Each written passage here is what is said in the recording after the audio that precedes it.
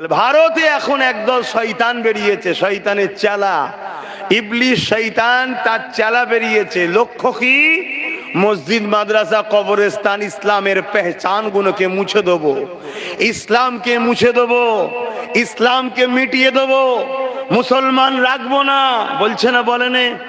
আমি ওই শয়তানদের চেলাদের বলবো, একটু উপর দিকে তাকিয়ে দেখ, তোদের আব্বারা একবার স্বপ্ন দেখেছিল।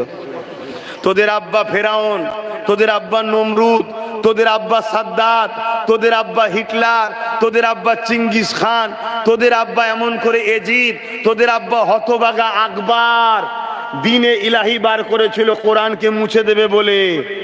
আল্লাহ পাক এমন সাইজ করেছে, তাদের বংশের নাম নিশানা পাওয়া যায় না, কিন্তু আমেনার লালকে মানার জন্য পৃথিবীর বুকে আজও 200 কোটি মানুষ রয়েছে। জোরে বলুন সুবহানাল্লাহ।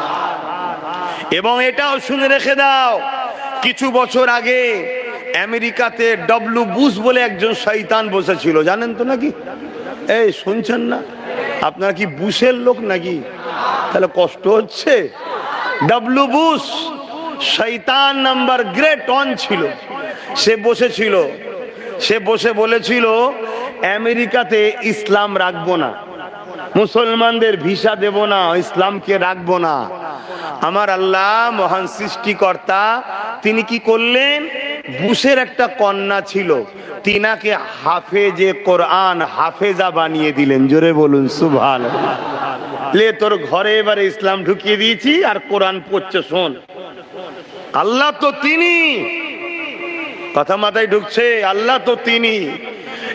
ইউরোপ দুনিয়া চেয়েছিল ইসলামকে মুছে দেবে, সরকার তাদের, ক্ষমতা তাদের, মিলিটারি তাদের, প্রশাসন তাদের, ফোর্স তাদের, AK-47 তাদের, পারমাণবিক শক্তি তাদের, তাদেরই মিডিয়া, তাদেরই কলম, কত ইসলামের বিরুদ্ধে কত কি প্রচার করেছে, নানা রকম ইসলামের বিরুদ্ধে ফিল্ম বার করেছে, ইনোসেন্স অফ মুসলিম ফিল্ম তৈরি করেছে, রাসূলুল্লাহর নামে মিথ্যা চরিত্র তৈরি করেছে, এত কিছু দিয়ে ইসলামকে মিটাবার চেষ্টা করেছে, মুসলমানকে কতলে আম করেছে, খুন করেছে, মুসলিম বেটিদেরকে রেপ করেছে।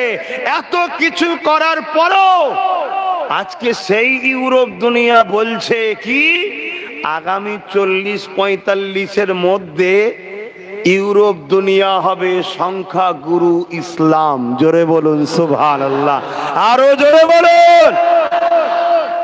মনে রাখবেন, ইসলামের জন্য আল্লাহই যথেষ্ট।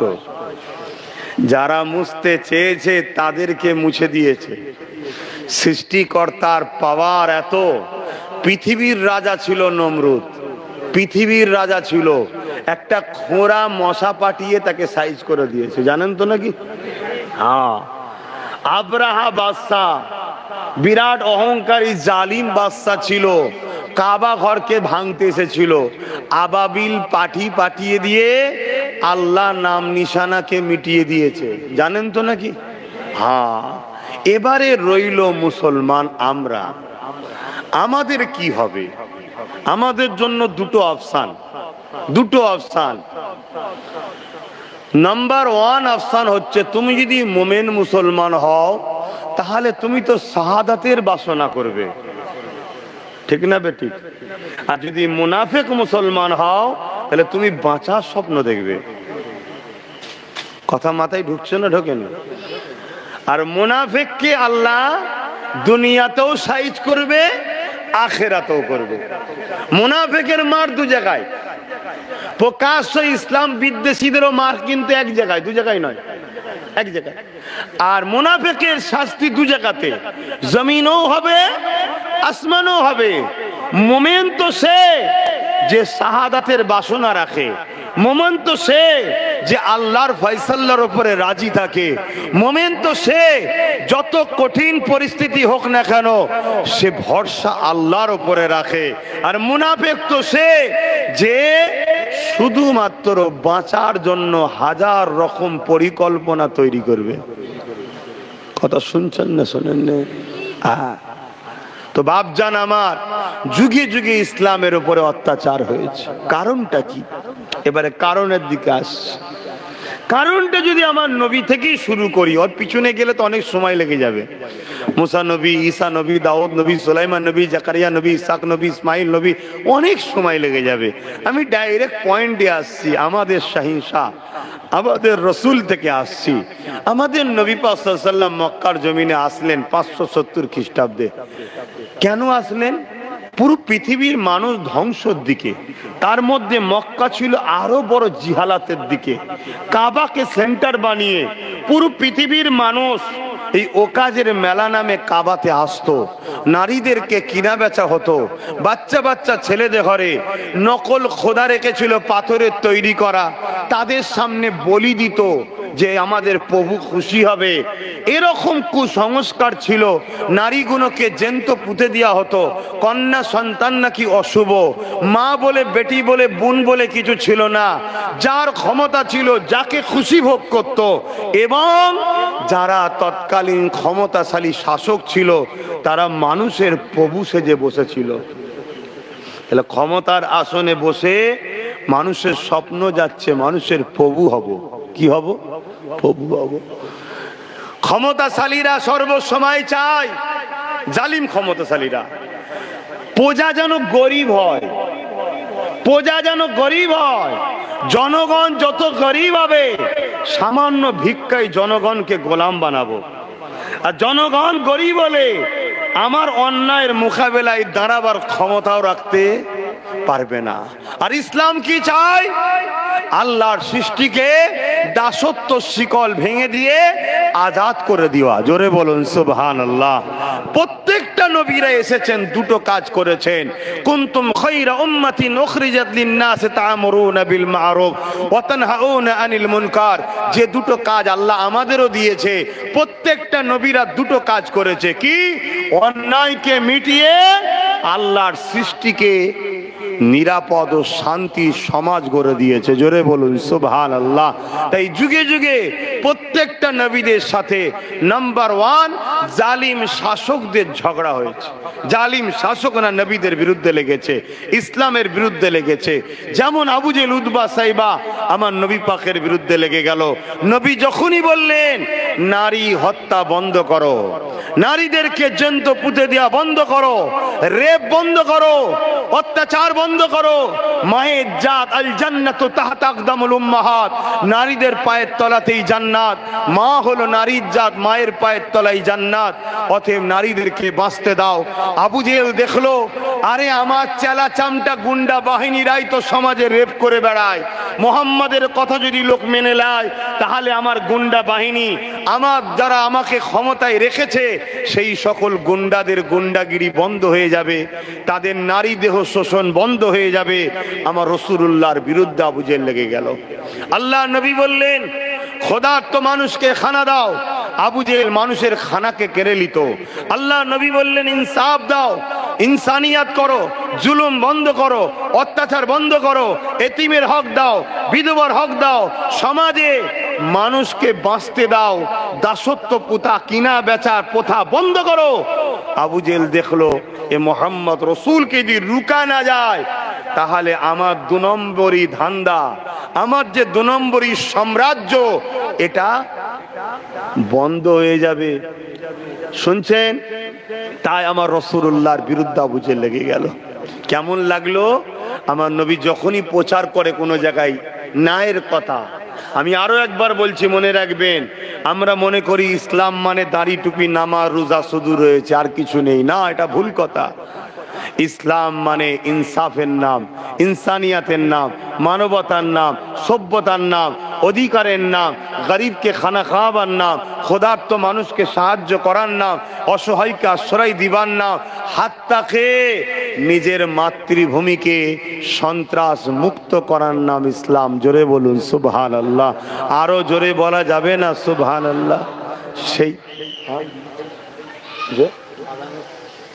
আপনাদের মহল্লায় আচ্ছা আজানটা হয়ে যায়।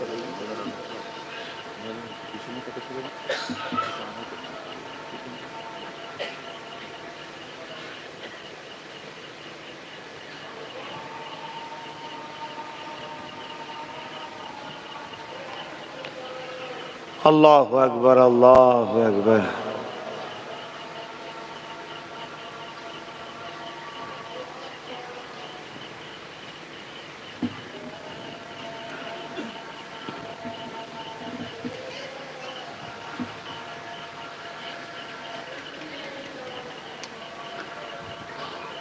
اللهم رب جئت آت محمد الصلة الفضيلة محمد اللجوات إنك لا আলহামদুলিল্লাহ। বাপজান আমার যে কথা বলছিলাম, ইসলাম কাকে বলে বুঝতে পারছেন? আল্লাহ নবীর কাছে একদিন একটা ইহুদি চলে আসলো। হে আব্দুল্লাহর বেটা মুহাম্মদ সাল্লাল্লাহু আলাইহি ওয়াসাল্লাম, ইসলামের সব থেকে ভালো কাজ কি? আল্লাহ নবী বললেন ক্ষুধার্ত মানুষকে খানা খাওয়ানো। ওই ইহুদি বলতে লাগলো, হে আব্দুল্লাহর বেটা মুহাম্মদ সাল্লাল্লাহু আলাইহি ওয়াসাল্লাম, ওই ক্ষুধার্ত যদি অমুসলিম হয় তাকেও কি খানা খাওয়াতে হবে? আল্লাহ নবী বললেন, আপনি কেন প্রশ্নটাকে ঘোরাচ্ছেন? আমি রাসূলুল্লাহ বললাম, মানুষকে খানা খাওয়ানো ক্ষুধার্ত মানুষ, আমি ক্ষুধার্ত মুসলমান বলিনি, ক্ষুধার্ত মানুষকে খানা খাওয়ানো এটা হলো ইসলামে সব থেকে ভালো কাজ।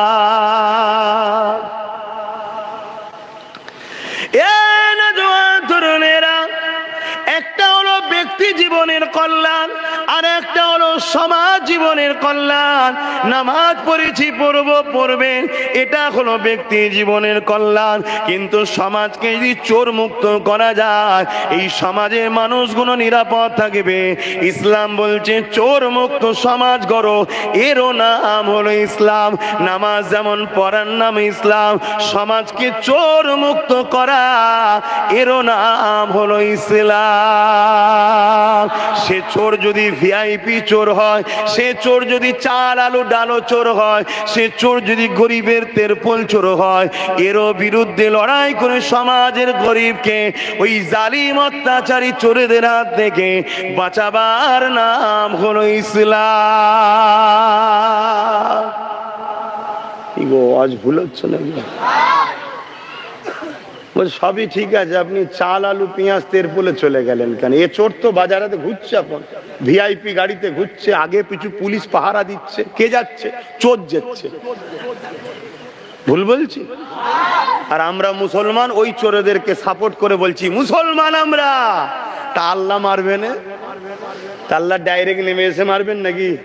তো মারার অনেক কল আছে না নাই? হ্যাঁ, কোরআনের সূরা বাকারার মধ্যে আল্লাহ কি বলছে? তোরা যখন আমাকে আর হাবিবকে ভুলে যে যাদের অনুসরণ করবি আমি আল্লাহ তাদেরকেই ক্ষমতায় বসে তোদেরকে জিল্লাত দেবো। দেখুন, মাথায় বসিয়ে দিয়েছে মোদী সরকার, আইন তৈরি করেছে, মসজিদ মাদ্রাসা কবরস্থান সব আমার। কত কবরে ঢুকবে আল্লাহ ভালো জানে। কথা মাথায় ঢুকছে না ঢোকে না? সব আমার। করছে না করে না? এ তো খোদার মার, এ তো খোদার মার। আপনি বলছেন মসজিদ চলে যাচ্ছে, মা তো খোদার মা। আমার আল্লাহ কি তোমার আমার তৈরি করা মসজিদের দিকে তাকিয়ে আছে নাকি? আমার আল্লাহ কি তোমার আমার তৈরি করা মাদ্রাসার দিকে তাকিয়ে আছে? হ্যাঁ, আমি কি বললাম? আগামী 40 থেকে 45-এ ইউরোপ দুনিয়া বলছে সংখ্যা গুরু হবে ইসলাম, ওখানকার প্রেসিডেন্ট হবে আগামী দিনে ইসলাম। শুনছেন তো নাকি? ওরা বলছে, আমি নয়। ওরা কম চেষ্টা করেন রুকার, কিন্তু কে কাকে মারবে? প্রত্যেকটা ঘরের যুবক যুবতী ইসলাম কবুল করছে। বাপ নেতা, ছেলে ইমান আনছে। বাপ প্রেসিডেন্ট, ছেলে ইমান মেয়ে ইমান আনছে। তা কাকে মারবি? শুনছেন না শোনেন না?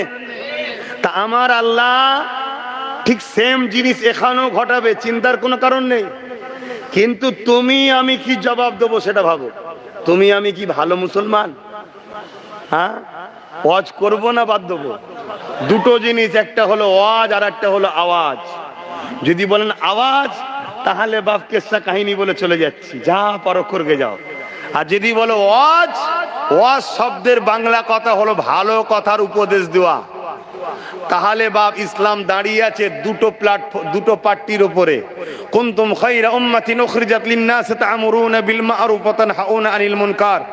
অন্যায়কে মিটাবার নাম ইসলাম, ন্যায়কে প্রতিষ্ঠিত করার নাম ইসলাম। জোরে বলুন সুবহানাল্লাহ।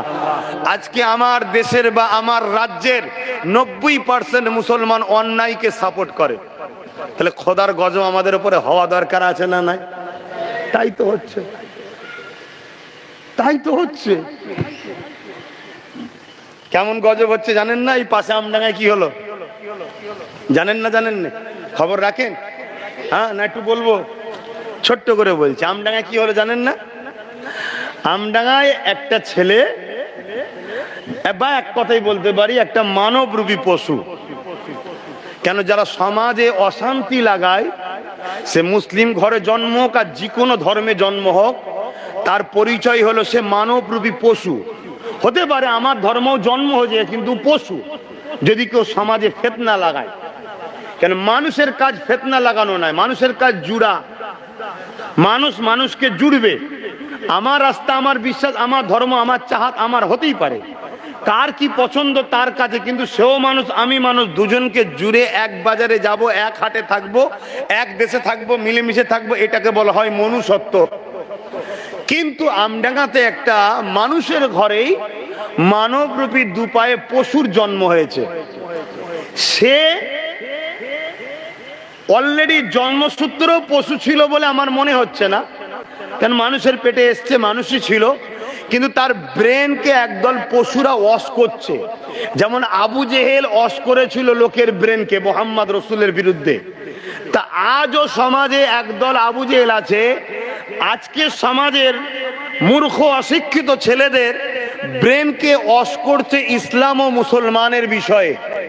যেমন আমরা ছোটবেলা থেকে জানি সাপ দেখলেই আমরা মারি, তাই তো নাকি? কেন? ছোটবেলা থেকে আমাদের ব্রেনে এটা ঢোকানো হয়েছে, আমাদের কালচারে এইভাবে দেওয়া হয়েছে যে কি সাপ ক্ষতিকারক জিনিস, ওকে মারতে হয়। ঠিক তেমনি এই ভারতবর্ষে কয়েক হাজার স্কুল আছে, যে স্কুলে ছোট্ট ছোট্ট বাচ্চা থেকে শুরু করে ট্রেনিং দেওয়া হচ্ছে মুসলমান মানে এদেরকে মারতে হয়, ইসলাম মানে এটা সমাজ বিরোধী আতঙ্কবাদী জঙ্গিবাদ, ইসলাম মানে এটাকে ধ্বংস করে দিতে হবে, না হয় আমরা শান্তিতে থাকতে পারবো না। কেন এই কথাটা ঢুকাচ্ছে? এই কারণে ঢুকিয়েছে, আজকেও যারা আবু জেহেলের মতো শাসক আছে তারা চায় না ইসলাম আমাদের বিরুদ্ধে গরিবের পক্ষে দাঁড়িয়ে যাক। শুনছেন তো নাকি? তাই না থাকবে ইসলাম, না থাকবে গরিবের বাঁচাবার কোন সাহারাকারী, না থাকবে ইসলাম, না থাকবে ওই নিচু জাত বলে যাদেরকে অপমান করে গলায় ঘুন্টি দিয়ে রেখেছিলাম, গরিবের নওয়াজ এসে যাদেরকে বাঁচিয়েছিল, আজকের দিনেও ওই গরিবের নওয়াজের ইসলাম যেন মানুষ না পায়। শুনছেন তো নাকি? জানেন তো ভারতের ইতিহাস, একটা সময় ছিল, এই বললাম তো এসব ওয়াজ করতে গেলে টান সুর আর সুর হবে না, কথা বুঝে আসছে না? একটা সময় ছিল এই ভারতবর্ষে এই যে ম্যাথর ডোম মুচি কি কমনে সব বলে, আমি অত ভাই জানি না, মানে যাদেরকে নিচু জাত আনকালচার অছুত বলা হতো, তাদের গলায় ঘুন্টি দিয়া থাকতো। তারা যখন যেতই ঘুন্টি বাজতো, যেমন আমরা দেখবেন গরুর গলায় দিয়া থাকে না ঝুনঝুনি, তাতে কি হয়, ওই যারা সম্ভ্রান্ত নিজেদের ঘরে বুনিয়াদি পরিবার মনে করত উচ্চ বর্ণ, তারা ঘরের দরজা লাগিয়ে দিত। কেন? এদের মুখ দেখলে নাকি অশুভ হবে।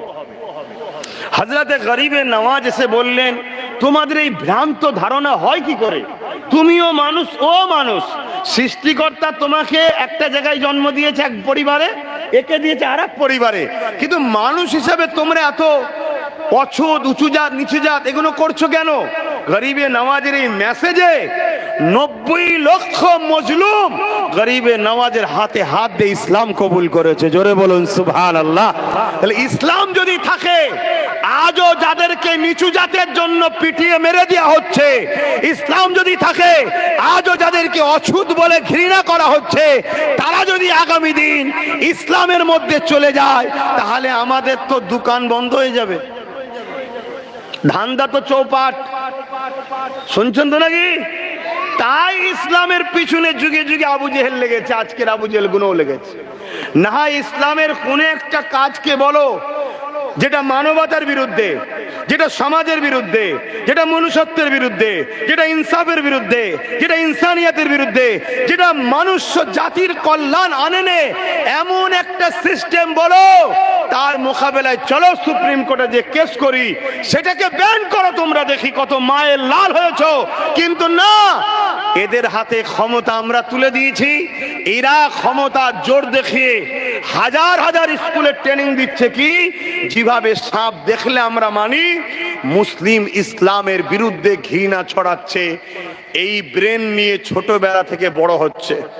যখন বড় হচ্ছে সে মোবাইল পাচ্ছে, এবারে মোবাইলে কি করছে, একটা ছবি তৈরি করছে, কার্টুন।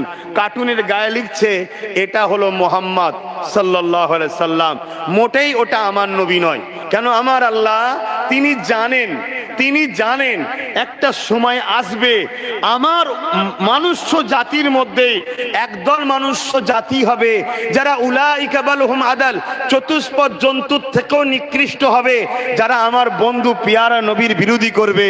তাই আল্লাহ সূর্যেরও ক্ষমতা দেয়নি যে আমার নবীর কোন ফটোকে তুলতে পারে। জোরে বলুন সুবহানাল্লাহ, আরো জোরে বলুন সুবহানাল্লাহ। কেন? সূর্যটাও তৈরি হয়েছে নূরে মোহাম্মদ রসুলের নূরের অংশ থেকে, চাঁদটাও তৈরি হয়েছে নূরে মোহাম্মদ রসুলের নূরের অংশ থেকে। তাই পৃথিবীর কোন লাইট, কোন ক্যামেরা, কোন ভোল্টেজ এমন ছিল না যে মোহাম্মদ রসুলের ফটোকে ক্যাপচার করতে পারবে।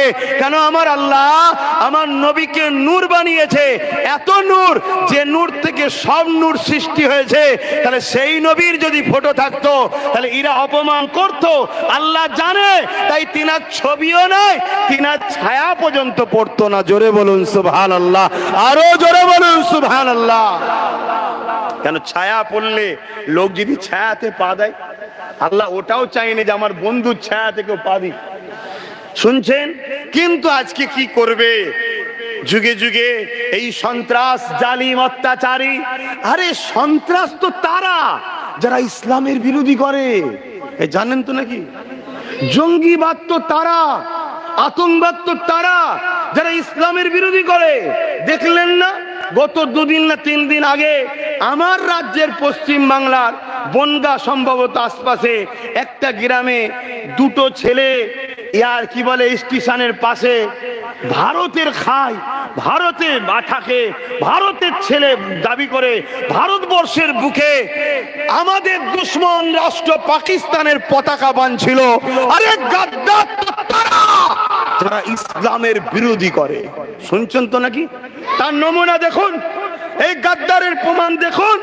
সেই গাদ্দারদের ঘরে ধরলো পুলিশ। কারা ধরলো? হাতে নাতে পুলিশ ধরলো। পাবলিক ধরলে আলাদা কথা ছিল, পুলিশ ধরলো। এসটিএফ থাকা অবস্থায় ধরলো।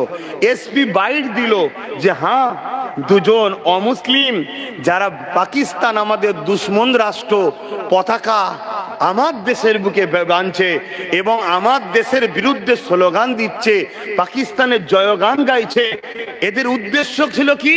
এটা টুক করে দিয়ে সাইড হয়ে যাব, হয়ে যাবার পরে বলবো মুসলমান ইসলাম, মুসলমান ইসলাম। আর কিছু দাজ্জালি মিডিয়া আছে, অমনি স্টুডিওতে এসে যাবে, একবার ঘেউ ঘেউ করে এদিকে ছুটবে, ঘেউ ঘেউ করে এদিকে ছুটবে। দেখেছেন তো নাকি? আব্বা অসুবিধা হচ্ছে? শুনছেন তো নাকি? অমনি একদম শুরু করে দেবে, হই হই করে শুরু করে দেবে।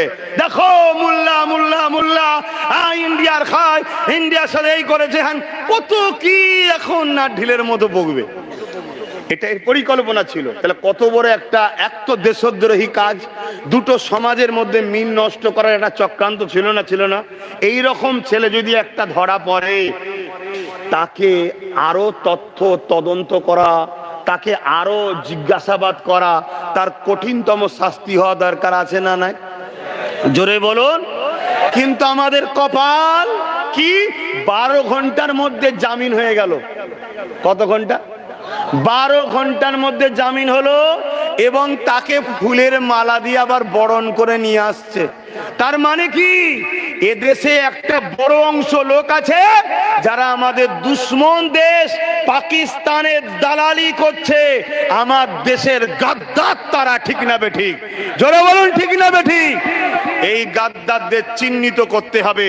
প্রশাসন যদিও ছেড়ে দেয়, দেশকে স্বার্থে এই গাদ্দারকে ছাড়া, এই জোরে বলেন, তুমি যদি নবীর উম্মত হও, এই গাদ্দারকে চিহ্নিত যদি না করে এর উপযুক্ত ব্যবস্থা তুমি না করো, তাহলে তুমি অরিজিনাল 100% উম্মতে মুহাম্মাদি হতে পারলে না। কেন? উম্মতে মুহাম্মাদি তো সে যে তার দেশকে ভালোবাসবে, দেশকে পিয়ার করবে, দেশের গাদ্দারের বিরুদ্ধে সংগ্রাম করবে, দেশকে নিরাপত্তায় রাখবে, গাদ্দার মুক্ত করবে, তারাই তো উম্মতে মুহাম্মাদি। শুনছেন তো নাকি? তাহলে ভাব আমার, ভাই আমার, তাহলে আমরা কি দেখলাম? একটা দেশদ্রোহী, একটা গাদ্দার, সে 12 ঘন্টার মধ্যে জামিন পায়। আর আমার বাংলায় ওয়াকফ কালা কানুনের বিরুদ্ধে আন্দোলন করতে যাওয়ার জন্য 1000-এর উপরে মুসলিম ছেলে শুধু ভাঙরে কেস খায়। আর কি দেখলাম? আপনাদের এই পাশের নদিয়ার হরিণঘাটায় ওয়াকফ কালা কানুনের বিরুদ্ধে আন্দোলন করতে যাবে ফুরফুরাশি আহলে সুন্নাত ওয়াল জামাত, ওখানকার বড় বাবু পুলিশ নিয়ে যে বন্ধ করে দেয়। শুনছেন তো নাকি? আমার ডেট এখন ফাঁকা নেই, কিন্তু আগামী 1 মাসের মধ্যে হরিণঘাটায় আমি আসছি। কোন বড় বাবু কি করছে সেটা একটু আমাদেরও দেখার দরকার আছে না নাই? এ কথা বলেন, দরকার আছে না নাই? কেন? হিজড়ের মতো কথা বুঝে আসছে, জিন্দেগি কাটিয়ে লাভ নাই।